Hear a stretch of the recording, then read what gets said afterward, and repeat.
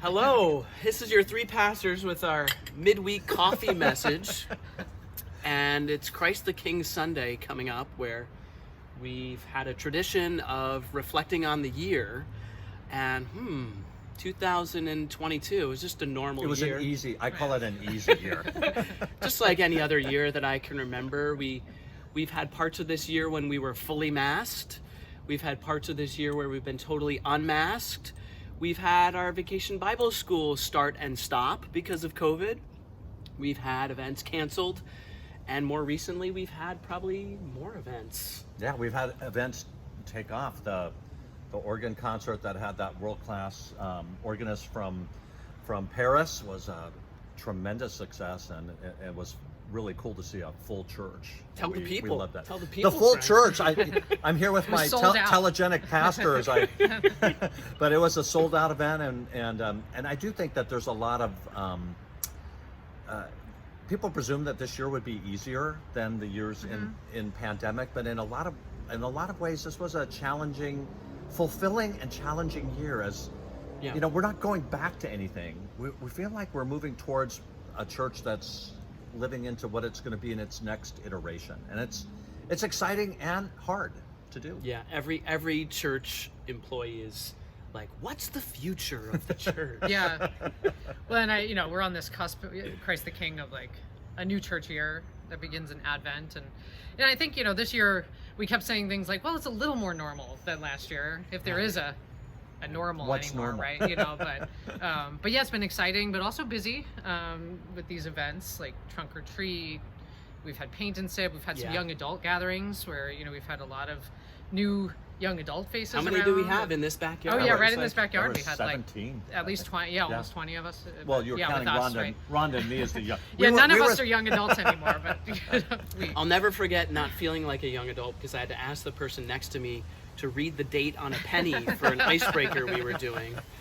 well, and then someone said in 2005 they were in second grade. Yeah, and we all just kind of went, oh gosh, forget it. Yeah. But it's great to see people that young having interest in the church. Yeah. And we're Baptisms we've had of late. Yeah, there are a lot of really positive signs, including we're in the middle of our stewardship campaign, and that's important.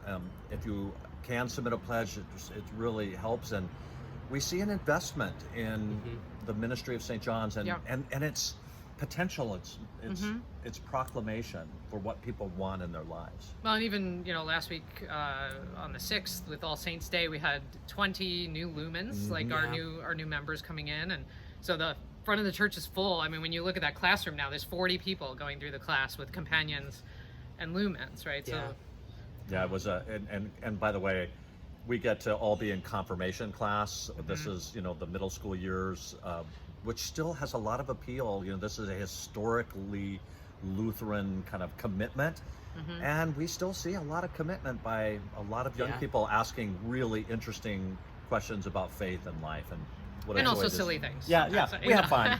We have fun too. And they want to get their picture on that wall. Yeah. You they know? do. And Sarah and I was just telling you both that we're taking 18 kids to Mount Cross, which is the largest group I've taken in the 7 years I've been here, this coming weekend. So there are signs of new life all around us. And you mentioned All Souls, All Saints. We lifted up the names of significant people we lost, and we've done numerous memorial services, even very recently for beloved folks. Yeah.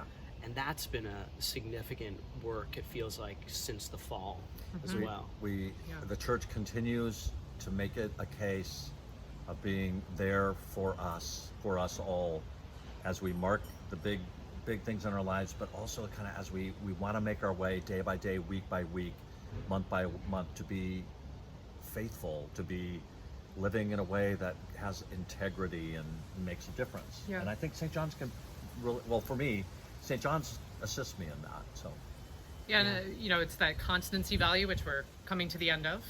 Christ the King will also kind of end that, but it speaks of something that's beyond time, right? It's like it's this long history and this long relationship we have with God, who has like a much bigger view than we have, but when we do memorial services, even when we do weddings or baptisms, there's life passages, it reminds me of the generations of the church, and that we stand on shoulders of the faithful for millennia past, and then we look to the future, even year to year, right? So like, what will this new year bring?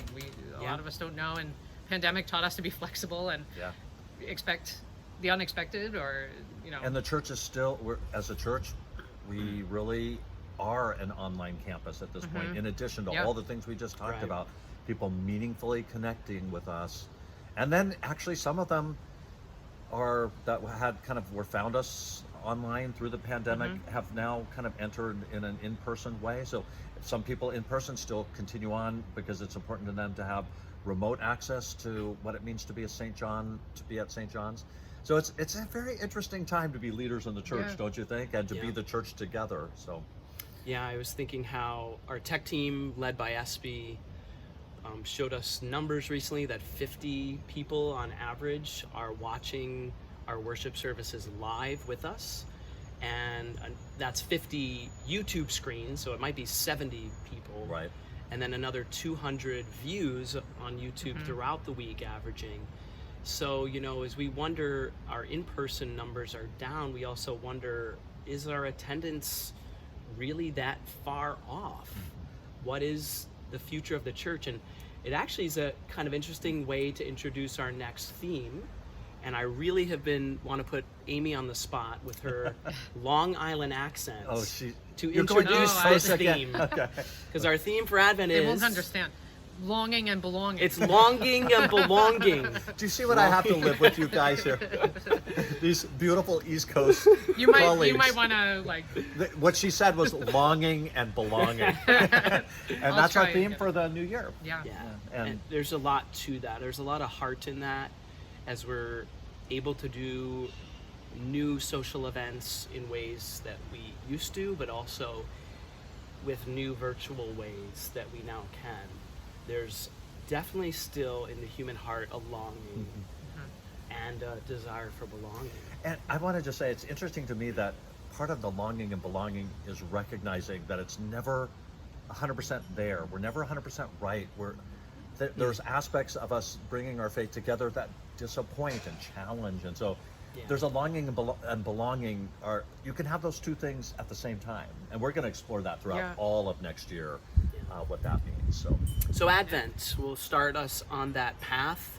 We thought this would be a good moment ahead of that for Christ the King to share with you some of our thoughts as pastors here, and coffee on this beautiful in my fall backyard day in Pastor Frank's backyard. So from us to all of you, blessed Advent and an early Merry Christmas. That's our midweek message for this week. Bye for now. Bye. Bye, everybody.